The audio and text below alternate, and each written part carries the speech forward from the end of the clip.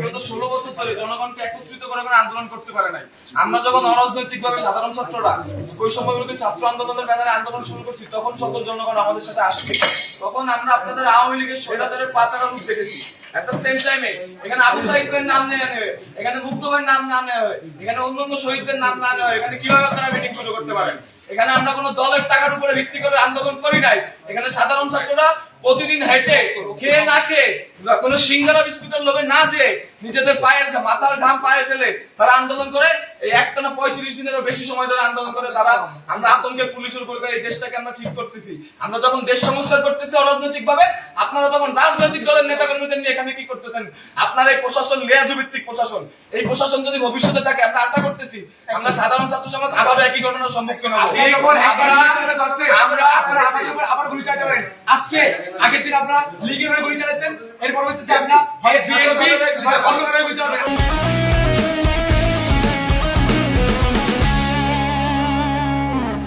ভাই একটা মিনিট, আপনাদের জুনিয়র অফিসাররা কেন স্বতন্ত্র কমিশন চায়? তারা কেন বলছে যে আপনারা আমাদেরকে স্বাধীন করুন? কারণ তারা জানে আবার যখন নতুন রাজনৈতিক দল আসবে, আপনারা সেই নতুন রাজনৈতিক দল যদি চাপে পড়ে, তাহলে আপনারা আবার আমাদের বুকে গুলি চালাবেন। আপনারা যে গুলি চালাবেন না, এর গ্যারান্টি কি আমাদের দিবেন? কোন ছাত্রের উপরে, কোন জনতার উপরে, নিরাপদ জনতার উপরে, কোন মিছিলের উপরে যে গুলি চলবে না, মিছিল মিটিং যে স্বাধীনভাবে হবে, এর কোন গ্যারান্টি আছে? একটা দল মাত্র রক্ত শুকাইতে পারেনি, তার ভিতরে তারা সমাবেশ শুরু করছে, আপনারা তাদের সাথে বসা শুরু করে দিচ্ছেন কেন? এগুলো কেন? আপনারা জবাব দিয়ে আমরা বলি আপনাদের এই খুলনার অনেক প্রশাসন দেখছি। সেদিনকে আওয়ামী লীগের আমাদের যখন জোর করে তুলে নিয়ে যাওয়া হয়েছে, আওয়ামী লীগের অনেক আতিপাতি নেতারা আপনাদের আশপাশ দিয়ে ঘুরছে, আপনারা কোনো প্রতিবাদ করতে পারেন নাই। যেহেতু আপনি পুলিশ কমিশনার সেদিনকে কোনো প্রতিবাদ করতে পারেন নাই সন্ত্রাসীদের বিরুদ্ধে। আমরা চাই না এই খুলনা কমিশনারের, এই আপনার মতো পুলিশ কমিশনার আমরা এই খুলনায় চাই না। শুধু আপনি না, ওই দিনকে উপস্থিত সকল প্রশাসনিক কর্মকর্তাকে বদল করতে হবে। ওই দিনকে উপস্থিত সকল প্রশাসনিক কর্মকর্তাকে হয় বদলি করতে হবে, না হয় তাদের বহিষ্কার করতে হবে। আমরা কোনো লেয়াজু ভিত্তিক প্রশাসন চাই না। আমরা চাই ছাত্র জনতা মিলে একটা সুন্দর প্রশাসন হবে। সেই ছাত্র জনতা যে সরকারকে আনবে সুষ্ঠু উপায়ে, সেই সরকার ক্ষমতা আসবে। এখন আমরা ডক্টর মোহাম্মদ ইউনূসের নেতৃত্বে বাংলাদেশ পরিচালনা করবো। এখানে কোনো রাজনৈতিক দলের জন্য আমরা কোনো সুযোগ নাই।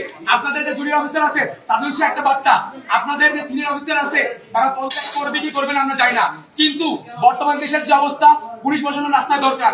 আপনারা অঞ্চলে অঞ্চলে ডাকাতি হত্যাযজ্ঞ থামান, রাস্তায় ফিরে আসেন। সিনিয়র অফিসারদের কমান লাগবে না, আপনারা নিজ নিজ থানার আন্ডারে আপনারা কাজ করেন। প্রয়োজনে এই যে আপনাদের 11 দফা দাবি আছে, এইগুলো দেশ ঠান্ডা হওয়ার পরে, কেয়ারটেকার গভর্নমেন্ট নেওয়ার পরে আবার ঠিক করা যাবে। আমরা দাবি করতেছি এই ধরনের যারা লিয়াজু ভিত্তিক উপরের কমিশনার আছে বা ওসি আছে, তাদেরকে আমরা সরাবো ইনশাল্লাহ। কিন্তু বর্তমানে দেশের যে অবস্থা, আপনার দেশের শৃঙ্খলা ঠান্ডা করার জন্য আপনারা রাখবেন। টেবিলে থাবা দিয়ে আমি সেদিন সাহস করে বলছিলাম আপনার প্রধানমন্ত্রীকে এই 9 দফা দাবি মানতে হবে, জাতির কাছে ক্ষমা চাইতে হবে। সেদিন এসএম কামাল হোসেন যখন থাবা দিয়ে বললেন, তখন কোথায় ছিল এই প্রশাসন? আমি কেএমপি হেডকোয়ার্টার নিজ দায়িত্বে কথা দিয়ে ঠেকালাম যে স্যার আমার ছাত্ররা কোনো ভাঙচুর করে না, এরা দুষ্কৃতকারী না, আপনার কেএমপি হেডকোয়ার্টারে কিচ্ছু হবে না।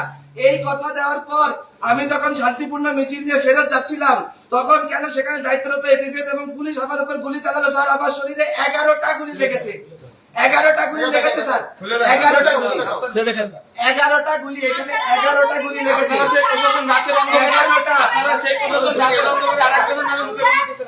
11টা গুলি এখন একটা লাস্ট এই তখন না না, আমার এই লাস্টটাই চুপ থাক। একটা কথা, আমাদের সাথে মিটিং এ বসছে, আপনারা আজকে গুলি চালাবেন, সামনে থেকে আবার গুলি চালাবেন। আরে যাও, গুলি চালাবেন, আপনারা গুলি চালাবেন। আরে ভাই কথাটা শেষ করতে দে। একটা ব্যাপার আমরা প্রথমে যেটা বলতে চাই, প্রশাসন আমাদের দরকার। প্রথম কথা, প্রশাসন আমরা চাই, তবে আমরা প্রশাসনের যে নৈতিকতার যে অবক্ষয় দেখেছি, স্পেশালি আমি পুলিশ বাহিনীকে বলবো, তাদের এই নৈতিক অবক্ষয়ের কারণে আজকে পুলিশ প্রশ্নবিদ্ধ, এবং আমরাও এই ক্ষেত্রে ব্যতীত যে আমাদের অনেক পুলিশ মারাও গিয়েছে। বাট তাদের এই নৈতিকতা যদি থাকতো, তাহলে আজকের এই সিচুয়েশন দেখা লাগতো না।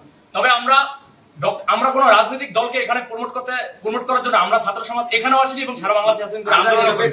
আমরা নিরপেক্ষতার ভিত্তিতে আমরা এই সরকার গঠন করতে চাই, এবং পুলিশ বাহিনীকে আমরা বলবো যে আপনারা যেই ধরনের নেতৃত্ব দরকার বা যে নৈতিকতা থাকা দরকার, সেটার ভিত্তিতে আগামী দিনে কাজ করবেন। আমরা অবশ্যই প্রশাসনকে চাই, প্রশাসনকে আমরা তো কোনোভাবেই মানে ধিক্কার বা ঘৃণা জানাতে লেয়াজভিত্তিক প্রশাসনকে ধিক্কার জানাই। একটা সেম টাইম আমরা চাই যে প্রশাসনিক কয়েকজন কর্মকর্তার জন্য যে পুরো ডিপার্টমেন্টকে বরখাস্ত করতে হবে, ডিপার্টমেন্টকে আমরা নিন্দা জানাবো সেটা না। আমাদের অবশ্যই প্রশাসন দরকার আছে। প্রশাসন না থাকলে বিশৃঙ্খলা বাড়বে, এটা আমরা সবাই জানি। আমরা ছাত্ররা তো আর এই মাঠের দায়িত্ব নেব না, আমাদের পড়াশোনা আছে। তবে এই লিয়াজভিত্তিক প্রশাসন আমরা কখনোই চাই না, এবং এই বাংলার ছাত্র সমাজ কোনোদিন মেনে নেবে না। আজকে আপনারা যদি রাজনৈতিক নেতাদেরকে ইনভাইট করতেন তাহলে আমাদের কেন রাখছেন? আমরা তখন রাজনৈতিক নেতার মানে আন্ডারে আমরা কোনো আন্দোলন করিনি। এই আন্দোলন কি কোনো আন্দোলন তো রাজনীতি হয়েছে। আমরা যেটা চাইবো যে খুলনা সহ যে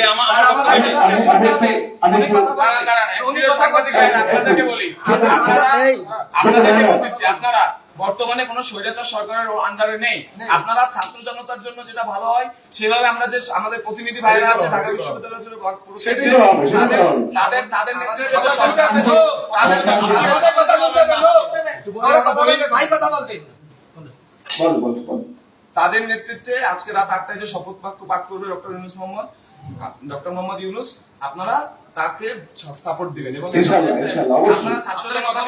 আপনারা ছাত্র জনতাকে সর্বোচ্চ সহযোগিতা করবেন। এখানে আজকে আমাদের ছাত্র প্রতিনিধিদের কাছ থেকে যতগুলো বক্তব্য এসেছে, কোনো বক্তব্য না কেটে পুরোটা বক্তব্য আপনারা প্রচার করবেন। এটা বাক স্বাধীনতা, বাংলাদেশে আবার আমরা ফেরত আনছি, এই বাক স্বাধীনতা চিরকাল থাকবে। কেউ কথা বলা থেকে চুপ থাকতে পারবে না। আমরা আবার কথা বলবো, আমরা আবার অন্যায়ের বিরুদ্ধে প্রতিবাদ করবো। যদি কোনো রাজনৈতিক দল এরকম কোন এজেন্ডার নামে আমরা ছাত্র জনতা আবার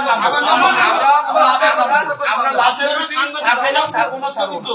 আমরা বলি আমাদের দেশে আর কোন ধরনের কোন ঘুষ, দুর্নীতি, লিয়াজু, সিন্ডিকেট, বাজার সিন্ডিকেট, ওষুধ সিন্ডিকেট, ছাত্র সিন্ডিকেট, মাদক, অরাজকতা, গুন্ডামি, চাঁদাবাজি, নৈরাজ্য, সন্ত্রাস কিচ্ছু থাকবে না, কিচ্ছু থাকবে না।